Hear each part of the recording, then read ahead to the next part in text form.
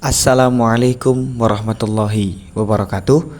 Perkenalkan, nama saya Hamzah Windu Safar dari kelas 2 PAIC dengan NIM 2441 10 40 2118. Di sini saya akan menampilkan satu video pembelajaran khususnya untuk kelas 8. Kita akan mengambil tema para pemimpin dinasti Ayyubiyah. Mari kita saksikan. Kita akan mengambil tema para pemimpin dinasti Ayyubiyah. Mari kita saksikan. Pendiri dan pemimpin pertama dinasti Ayyubiyah. Dinasti Ayyubiyah didirikan oleh Salahuddin Al-Ayyubi. Dia merupakan seorang jenderal muslim berdarah Kurdi. Ia dikenal karena berhasil merebut Yerusalem dari pasukan salib pada tahun 1187.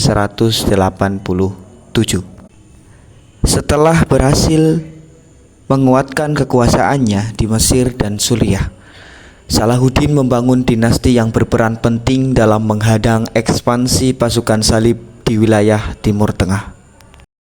Sultan Al-Adil dan Sultan Al-Kamil. Setelah Salahuddin wafat, tampuk kepemimpinan dilanjutkan oleh Al-Adil dan Al-Kamil. Al-Adil mengonsolidasikan sistem pemerintahan dan memperkuat lembaga pendidikan. Al-Kamil menorehkan sejarah melalui pendekatan diplomatis seperti perjanjiannya dengan Kaisar Frederick II. Kedua tokoh ini menjadi ilmu pengetahuan dan kebijakan damai sebagai fondasi stabilitas daulah. Nama yang pertama muncul adalah As-Suhrawardi Al-Maktul. Ia adalah seorang filsuf dan sufi yang terkenal dengan gagasan Illumination, filosofi atau falsafah Isyraq. Ia berusaha menyatukan pemikiran akal dan intuisi spiritual dalam memahami realitas. Ibnu Al-Azim dan Al-Busiri. Ibnu Al-Azim merupakan sejarawan penting dari Aleppo yang mendokumentasikan sejarah Syam secara rinci melalui karya Bughyat Al-Tolab. Di sisi lain, Al-Busiri dikenal lewat karyanya Qasidah Burdah, puisi religius yang populer di seluruh dunia Islam. Kedua tokoh ini menunjukkan kekuatan budaya dan literasi Islam pada masa Ayyubiyah. Abdul Latif Al-Baghdadi dan Al-Qudai. Abdul Latif adalah ilmuwan yang mengombinasikan keahlian dalam filsafat dan kedokteran. Ia memperkenalkan metode pengamatan empiris dalam ilmu anatomi dan menentang teori medis klasik yang keliru. Sementara itu, Al-Qudai adalah seorang ahli hadis dan hukum yang berjasa dalam memperkuat sistem peradilan Islam selama pemerintahan Ayyubiyah. Adapun sumbangsih besar ilmuwan Muslim Daulah Ayyubiyah, mari kita bahas. Filsuf As-Suhrawardi. Syihabuddin As-Suhrawardi adalah pemikir yang melahirkan filsafat iluminasi atau hikmah al-Isyraq, sebuah aliran filsafat yang menyatukan unsur logika Yunani dan spiritualitas Timur. Pemikirannya memberikan warna baru tradisi filsafat Islam meskipun kemudian ia wafat dalam eksekusi politik. Gagasannya hidup dan berpengaruh di dunia Islam Timur.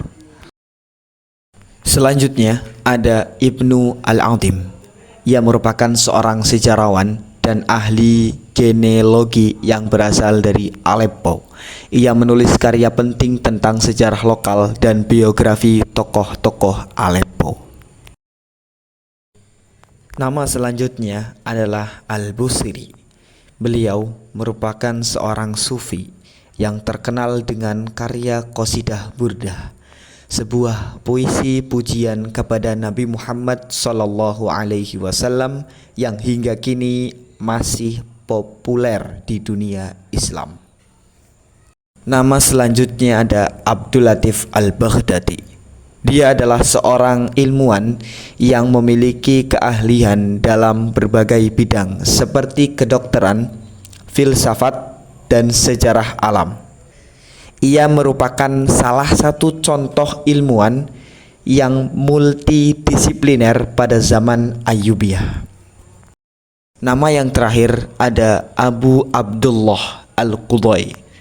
Beliau merupakan seorang ahli hukum dan sejarawan yang menghasilkan banyak sekali karya yang terkait dengan jurisprudensi Islam dan sejarah Nabi. Pada video kali ini, materi yang kami bahas itu untuk membentuk wawasan kritis, spiritualitas, dan rasa bangga terhadap warisan intelektual Islam.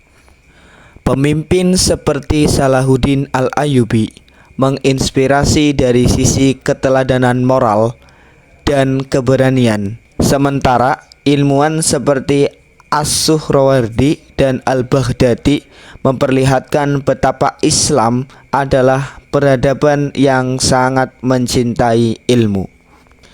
Dan di video kali ini kami harapkan semua penonton tidak hanya bisa belajar tentang sejarah, tetapi kami mengajak kepada seluruh penonton untuk merefleksikan nilai-nilai universal yang bisa diterapkan dalam kehidupan modern.